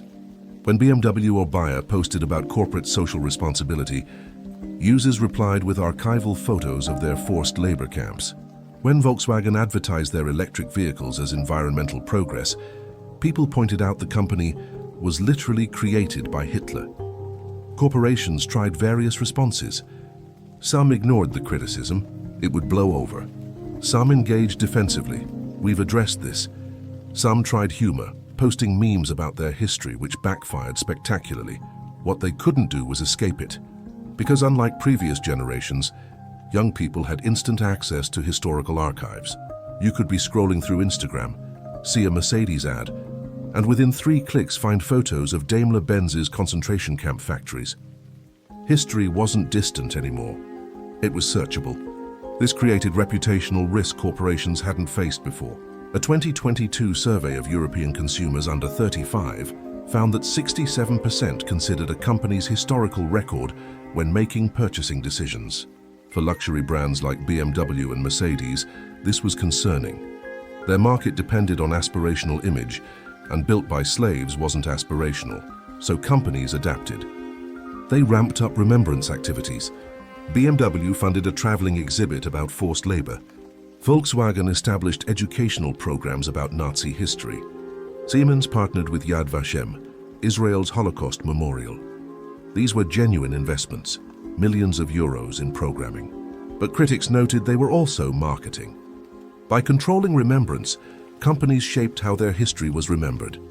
The exhibits focused on victims' suffering, which was appropriate but minimized corporate decision-making. They presented forced labor as something that happened to the companies, not something companies orchestrated. It was subtle but significant. The narrative became, terrible things occurred in our facilities during a dark time in history. Not, we deliberately exploited and murdered human beings for profit. Passive voice. Diffused responsibility. Historical distance. And it worked well enough for most consumers. Sales didn't collapse. Stock prices didn't tank. The dynasty families remained wealthy. But a persistent minority kept pushing. In 2023, activists in Germany organized the Real Restitution Initiative. Their goal: pressure corporations to pay ongoing reparations proportional to profits earned from forced labor. They calculated that German industry had earned roughly 30 billion Reichsmarks from slave labor during the war, equivalent to over 200 billion euros in today's currency. They demanded corporations contribute 1% of annual revenue for 20 years to a restitution fund, not managed by corporations, but by survivors' representatives. For Volkswagen, that would mean about 3 billion euros annually. For Bayer, about 500 million. For BMW, about 1.5 billion. Corporations dismissed this as economically unrealistic and legally baseless. But the activists persisted. They organized boycotts, staged protests at shareholder meetings, and filed continuous FOIA requests for corporate documents. They weren't succeeding in forcing payments, but they were succeeding in keeping the issue alive. And that mattered, because corporations had counted on time-erasing accountability. If each generation continued demanding answers, that strategy failed. The Real Restitution Initiative also highlighted a crucial point. Survivors weren't the only victims. Their descendants inherited trauma, lost economic opportunities, and disrupted family structures. Shouldn't they receive compensation too? German courts said no. Descendants weren't direct victims. But morally, the argument resonated.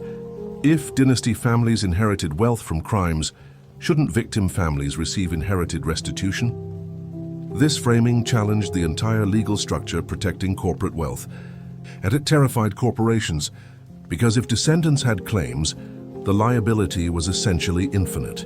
Every generation could demand compensation. The legal immunity they'd purchased in 2000 would be meaningless, so corporations fought back. They funded think tanks publishing papers, arguing that generational restitution was impractical. They lobbied against legislative proposals for expanded compensation. They threatened to relocate headquarters if Germany imposed additional costs. It was economic hostage-taking. Pay us or we leave. And given how central these corporations were to German employment and tax revenue, the threat worked. Politicians backed down, but the activists weren't deterred. They internationalized their campaign. They pressured institutional investors, pension funds, university endowments, to divest from companies that hadn't fully addressed Nazi-era crimes. They targeted American and British shareholders who might be more responsive to moral arguments. This had some success.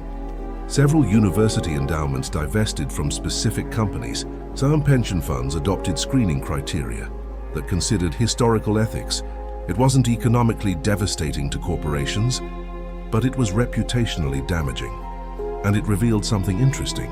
When forced to choose between modern ethical standards and Nazi-era profits, corporations would defend the profits.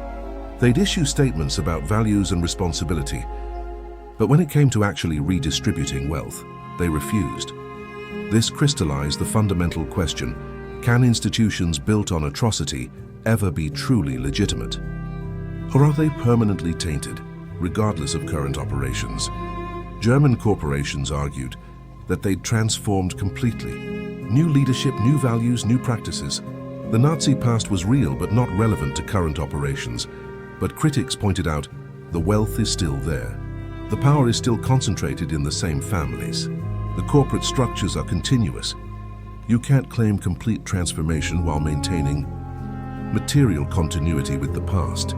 It's like rebuilding a house on a foundation made of corpses and insisting the new house is unrelated to the old one. Technically accurate, morally absurd, and this tension showed up in unexpected ways.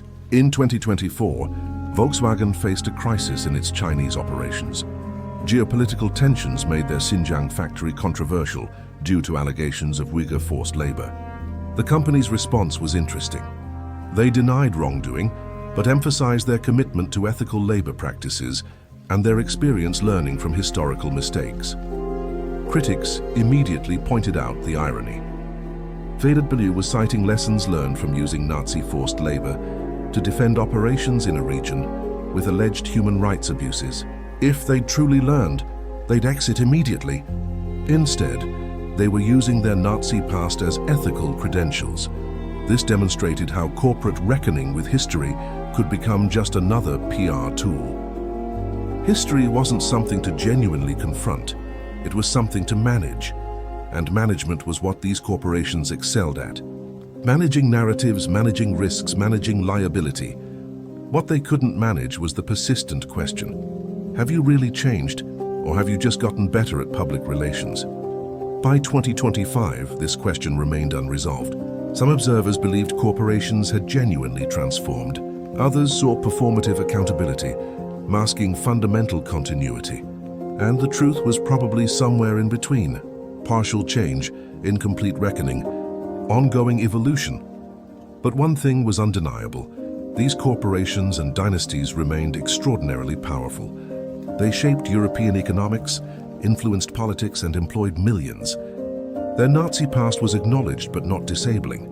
And that raised the final, most uncomfortable question: if collaboration with genocide doesn't permanently disqualify you from power and prosperity, what does? Chapter 9: The Network. The power of these dynasties isn't just about individual wealth.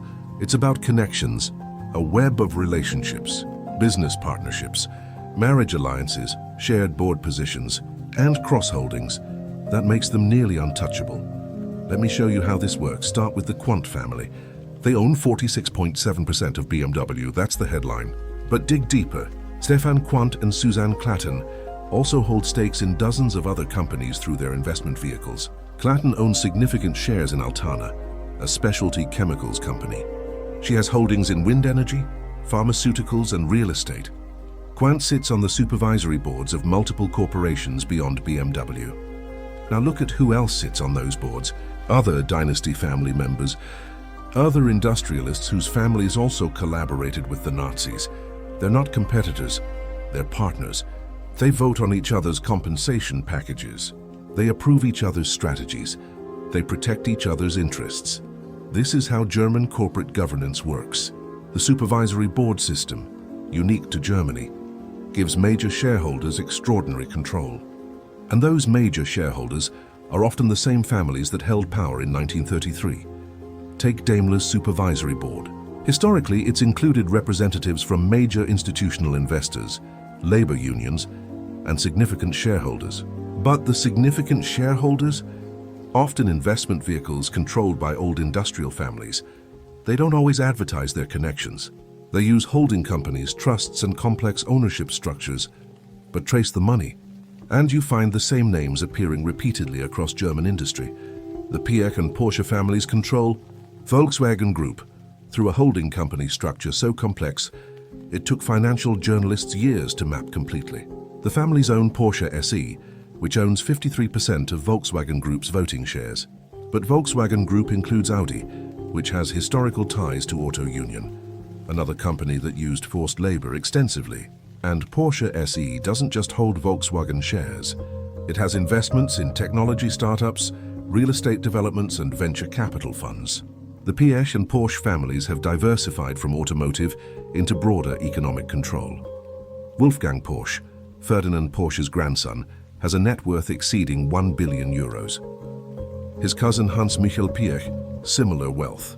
Together, the extended family numbers over a dozen billionaires and multimillionaires, all descended from an SS officer who designed the Volkswagen using slave labor. Now consider the marriages. Dynasty families don't just do business together, they intermarry.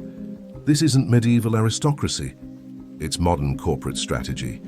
When families merge through marriage, their business interests align. Conflicts of interest become shared interests. Example, the Quandt family has marriage connections to the Johanna Quandt Foundation, which supports various cultural and medical institutions. These institutions, in turn, receive funding from corporations the Quandts control or influence. It creates a circular relationship where philanthropic reputation enhances corporate legitimacy, which generates wealth that funds more philanthropy. And it's not just German families. These dynasties have international connections. They partner with French industrialist families like the Peugeots, who also used forced labor during Nazi occupation. They have joint ventures with Italian automotive dynasties like the Agnellis, Fiat, which also collaborated with Mussolini's fascist regime. They invest alongside American industrial families, whose companies did business with Nazi Germany before 1941. This creates a transnational network of families whose wealth originated in or was amplified by fascist-era collaboration. And they protect each other. When one family faces scrutiny, others provide cover through joint statements, coordinated PR, or simply staying silent rather than criticizing. Look at the board interlocks. A board interlock is when the same person sits on multiple corporate boards, creating connections between companies. German industry has extensive board interlocks. Someone sits on BMW's board and Siemens's board, creating an information flow and relationship between those companies. Research by German sociologists mapped these interlocks in 2018. They found that Germany's 100 largest companies were connected through just 847 individuals holding multiple board positions. Those 847 people formed a tightly connected network where information, influence, and coordination flowed freely. And many of those 847 came from families with Nazi-era wealth or worked for companies with Nazi-era origins. The network wasn't just corporate, it was historical. Relationships forged in the 1930s and 1940s had reproduced themselves across generations. This matters because it makes accountability nearly impossible. If you're investigating BMW's Nazi past, and BMW's board includes someone who also sits on the board of a major German bank, that bank might be less likely to finance critical research or support shareholder activism against BMW. Not through explicit conspiracy, through aligned interests and social ties. The network also extends into politics. German politicians need corporate support for campaign funding, for economic policy credibility, for employment in their districts. And corporations provide that support strategically. Look at political donations. German law limits direct corporate political donations, but there are workarounds. Corporate executives make personal donations. Trade associations funded by corporations donate. Think tanks supported by corporate money produce research that shapes policy debates. And then there's the revolving door. German politicians retire from office and join corporate boards. Corporate executives leave their positions and enter government as advisors or ministers. This creates shared worldviews and personal relationships that transcend formal positions. Example, Gerhard Schröder, Germany's chancellor from 1998 to 2005, implemented labor reforms that benefited German corporations by making it easier to hire and fire workers. After leaving office, he joined the board of Russian energy companies and became a corporate consultant. His policies as chancellor had created value for corporations, and corporations rewarded him afterward. This isn't unique to Schröder, it's the pattern.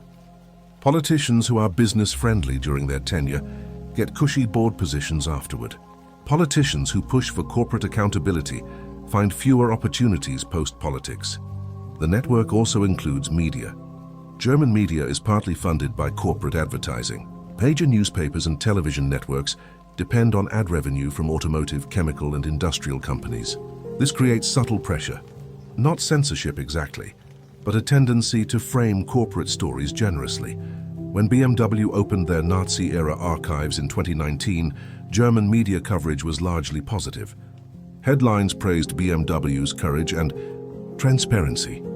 Less attention went to the fact that BMW had resisted opening those archives for 70 years, or that they only opened them after the last survivors were dying. Compare that to how German media covers labor unions or environmental activists. Those groups face much more critical coverage, their tactics questioned, their demands framed as unreasonable. The network shapes narrative, and controlling narrative is how you maintain power when your origins are indefensible. Then there's the academic dimension. German universities receive substantial funding from corporations. Endowed chairs, research grants, partnership programs, all funded by companies like BMW, Siemens, Bayer, and Volkswagen. This creates conflicts of interest for researchers. If you're a historian studying Nazi-era corporate collaboration, and your university has a major partnership with one of those corporations, there's pressure, implicit or explicit, to be balanced in your conclusions, to emphasize complexity rather than culpability. to acknowledge corporate wrongdoing while also noting mitigating factors. Some researchers resist this pressure, but many internalize it, and university administrators, aware of funding relationships, encourage constructive, rather than confrontational research. There have been cases where corporations threatened to withdraw funding from universities whose faculty members published critical historical work. Not always successfully, academic freedom has some protection in Germany, but the threat alone creates a chilling effect. The network also extends internationally through corporate partnerships. BMW has joint ventures with Chinese automotive companies. Bayer collaborates with American pharmaceutical firms. Siemens partners with Japanese technology corporations. These international partnerships create mutual dependencies. If activists in the United States push for divestment from BMW due to its Nazi past, BMW's American partners might lobby against that divestment, not because they support BMW's history, but because disrupting the partnership would hurt their business. Similarly, when European regulators consider stronger corporate accountability laws, international business lobbies, representing companies partnered with German firms, apply pressure to water down those laws. The network is global, and its power comes not from conspiracy, but from aligned interests. Nobody needs to coordinate explicitly when everyone benefits from the status quo. Now consider the foundations and philanthropic organizations. The Quandt family operates multiple foundations, supporting medical research, art, and education. The Porsche family has foundations supporting Stuttgart's cultural institutions. The various successor families from IG Farben's breakup support chemical research and environmental programs. These foundations do genuine good, funding cancer research, supporting museums, providing scholarships, but they also serve a strategic purpose. They rehabilitate family reputations. They create positive associations with the family name, and they build relationships with institutions that might otherwise be critical. A university that receives a large grant from the Quandt Foundation is less likely to support student activists calling for BMW boycotts. A museum funded by a chemical company foundation is less likely to mount exhibitions about that company's role in producing Zyklon B. It's not that these institutions are bought. Most maintain integrity. But relationships matter. Gratitude matters. And when you depend on funding from people whose family wealth has problematic origins, you're less likely to foreground those problems. The network also includes law firms. A small number of elite German law firms represent most major corporations. These firms have been defending German industry since the 1950s. They know the legal landscape intimately. They've developed strategies for managing Nazi-era liability that they've refined over decades. And these law firms are prestigious. They recruit top law students. They offer the best salaries. If you're an ambitious German lawyer, you want to work for these firms. And once you do, you're defending corporations, not their victims. This creates a talent drain. The sharpest legal minds work for corporations because that's where the money is. Survivors' advocates, by contrast, often work pro bono or for minimal fees. The legal playing field is profoundly unequal. The same applies to accounting firms and consulting firms. The big four accounting firms, Deloitte, PwC, EY, KPMG, audit German corporations. They provide consulting on risk management and corporate strategy. They help structure corporate finances to minimize tax liability and legal exposure. These firms have no obligation to survivors or historical justice. Their obligation is to their clients, the corporations, and they're exceptionally good at protecting corporate interests. So when you look at the full picture, you see something remarkable. These aren't just individual companies or families maintaining wealth. It's an entire ecosystem, corporate, political, academic, media, legal, financial, that protects and perpetuates power structures rooted in Nazi-era collaboration. And the ecosystem is self-reinforcing. Corporate wealth funds politics, which shapes favorable regulations which protect corporate wealth. Corporate donations fund universities, which produce research favorable to corporations, which legitimizes corporate narratives. Corporate advertising funds media, which frames corporate stories generously, which maintains public support. Breaking this network would require simultaneous pressure on multiple fronts. Legal challenges, political reform, academic research, media exposure, and public activism, all coordinated and sustained over years. But coordination is hard when your opponents are coordinated by default through shared interests and long-standing relationships. The network doesn't need meetings to function. It operates through mutual understanding of where interests align. This is why individual lawsuits fail, why isolated protests fade, why critical journalism gets buried. You're not fighting a company, you're fighting a system. And systems are resilient. The network has survived regime changes, economic crises, generational transitions, and periodic scandals. It's adapted. It's evolved. But it's never broken, and as long as it remains intact, genuine accountability remains impossible. Because accountability would require dismantling not just individual companies, but the entire structure of relationships that keeps them powerful. That's a revolution, and revolutions are rare, so the network persists. Quietly, efficiently, protecting dynasties built on atrocity while projecting an image of modern, responsible capitalism. It's the invisible infrastructure of power, and it's far more important than any individual company or family. Understanding the network is understanding why justice has been so elusive, because you can't defeat what you can't see. And most people never see the network. They only see its effects. The question is, can it ever be exposed fully enough to be challenged? Or will it continue operating in the shadows, perpetuating power built on crimes that happened 80 years ago, but whose benefits compound with each passing year? History suggests the latter, but history isn't over yet. Chapter 10. Manufactured Silence. The most effective censorship isn't about banning information, it's about making information invisible. And German corporations have mastered this art. Start with the archives. Every major German corporation maintains historical archives, records, documents, correspondence from their Nazi-era operations. These archives are the evidence. They prove who knew what, who ordered what, who profited how much. But here's the problem. Most of these archives are private. They belong to the corporations, not the public. And corporations control access. They decide who gets to see what. They set the terms. They can delay, restrict, or simply refuse access to researchers. BMW's archives weren't fully opened until 2019, 74 years after the war ended. And even then, fully opened came with caveats. Researchers had to apply. Their research proposals were reviewed by BMW's legal team. Sensitive documents could be redacted for privacy reasons. What does privacy mean in this context? It means protecting the descendants of people who committed crimes. If a document shows that a specific executive personally selected prisoners for forced labor, and that executive's grandchildren are still alive, the company might redact names to protect the family's reputation. So even transparent archives contain holes, strategic gaps, and researchers can't know what they're not seeing. Volkswagen's archives followed a similar pattern. When they finally opened in 2020, researchers discovered that large sections had been reorganized in the 1990s. Documents had been moved, recategorized, and in some cases, lost.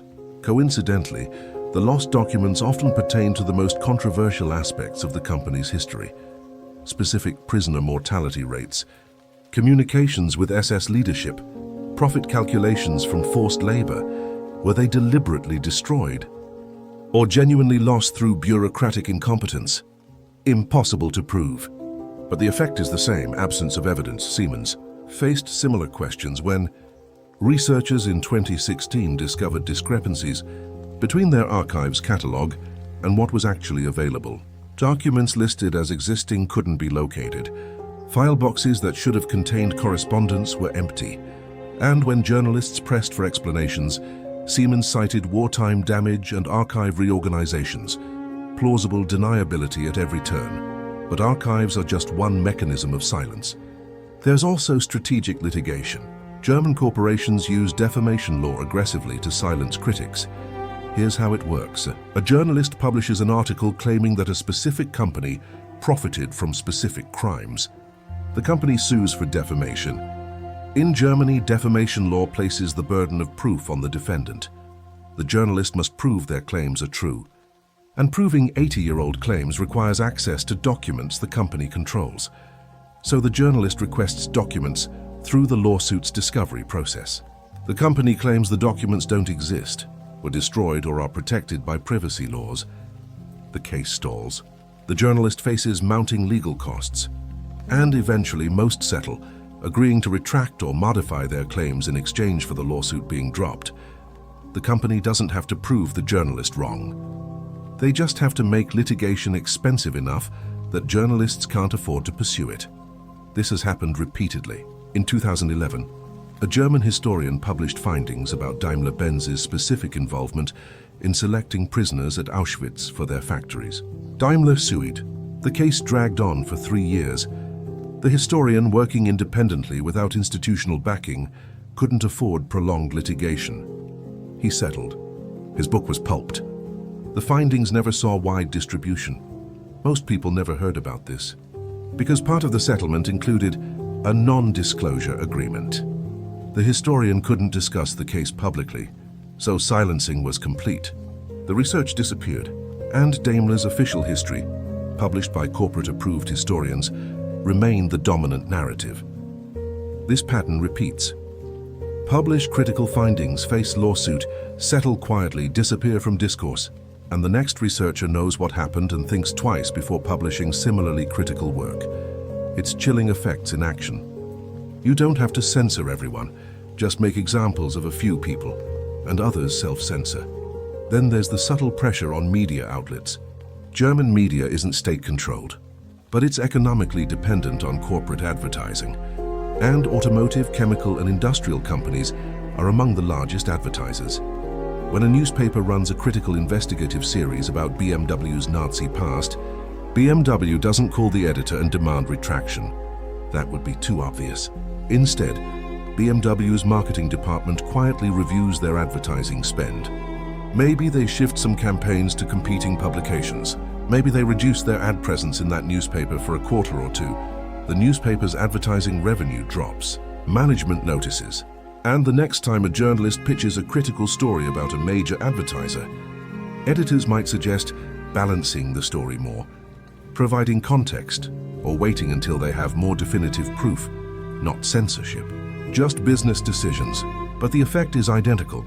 This isn't conspiracy theory, it's documented. In 2013, leaked emails from a major German newspaper's internal discussions showed editors explicitly noting that investigative pieces about major advertisers needed extra scrutiny and should be carefully timed to avoid commercial complications. The journalists involved complained about editorial interference. They were told it was about maintaining journalistic standards, but the standard only seemed to apply to stories about major advertisers. Television faces similar pressures.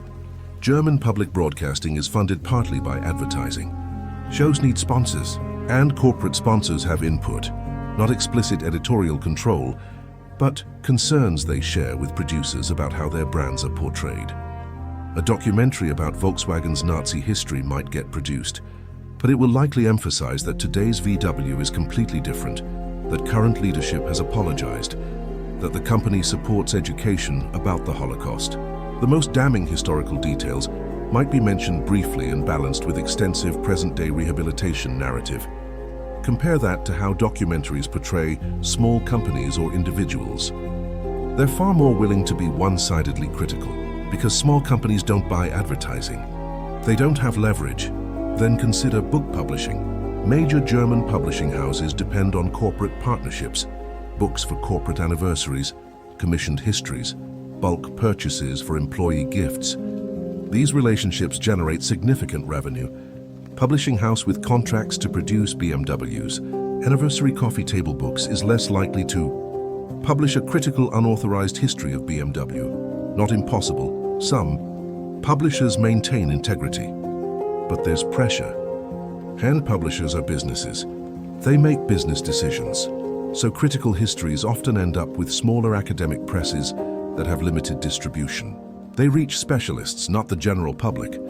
And the general public continues reading corporate-approved histories that minimize wrongdoing and emphasize redemption. Educational curricula face similar dynamics. German schools teach about the Holocaust extensively.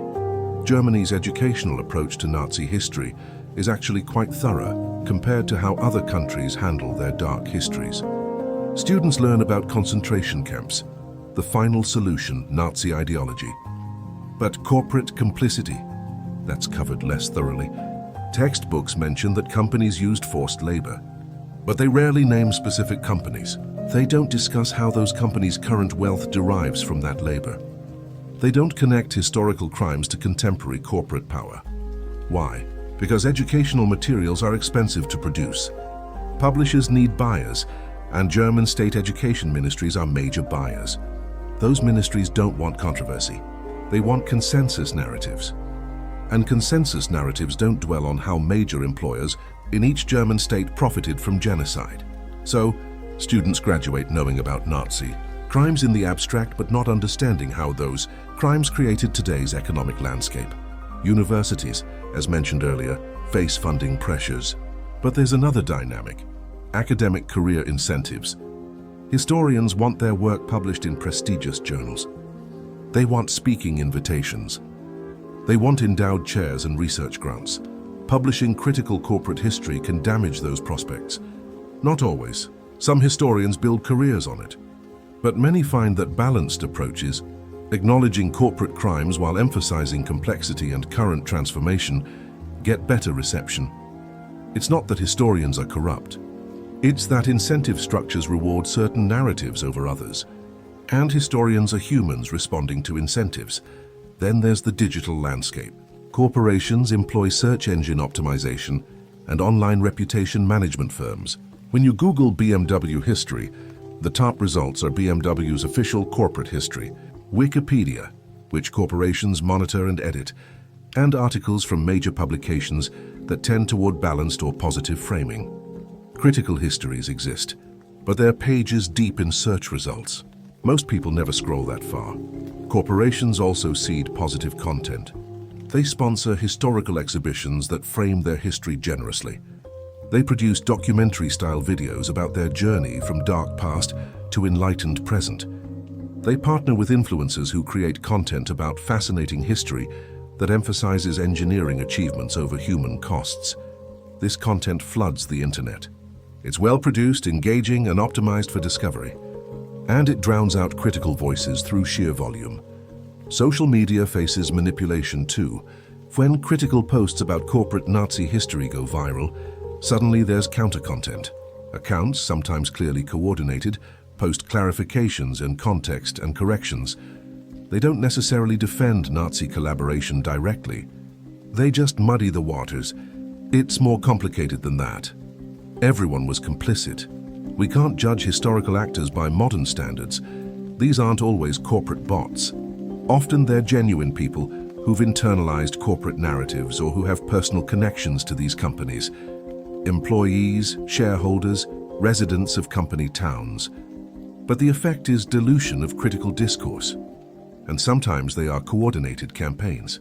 In 2018, researchers tracked a network of accounts that systematically replied to criticism of German corporations on Twitter and Facebook. The accounts used similar language, posted at similar times, and often disappeared after engagement declined. The researchers suspected corporate reputation management, but couldn't prove definitive links. That's the brilliance of modern silence. It's not obvious. It's not jackbooted thugs burning books. It's algorithmic suppression, economic pressure, legal intimidation, and information flooding. It's sophisticated, and it's effective. Consider museum exhibitions. When BMW funded an exhibition about forced labor at their factories, they controlled the narrative framing. The exhibition was somber, educational, and emphasized victim stories, which is appropriate. But it said very little about corporate decision-making, profit maximization, or how that wartime profit became current wealth. Visitors left educated about suffering, but not about culpability. And certainly not about contemporary implications. Compare that to exhibitions about East German Stasi surveillance, where museums explicitly discuss how surveillance infrastructure persisted into reunification and how former Stasi officers remained in positions of influence. That's structural analysis. It connects past to present explicitly, but corporate-funded exhibitions about corporate crimes don't do that. They individualize, focusing on specific victims and specific perpetrators while avoiding systemic analysis. Then there's the international dimension. German corporations operate globally, and they use different narratives in different markets. In Germany, where educated citizens know the broad outlines of Nazi history, corporations acknowledge their past but emphasize transformation. In the United States, corporate marketing rarely mentions Nazi history at all. BMW ads focus on ultimate driving machines, not factories built by prisoners. In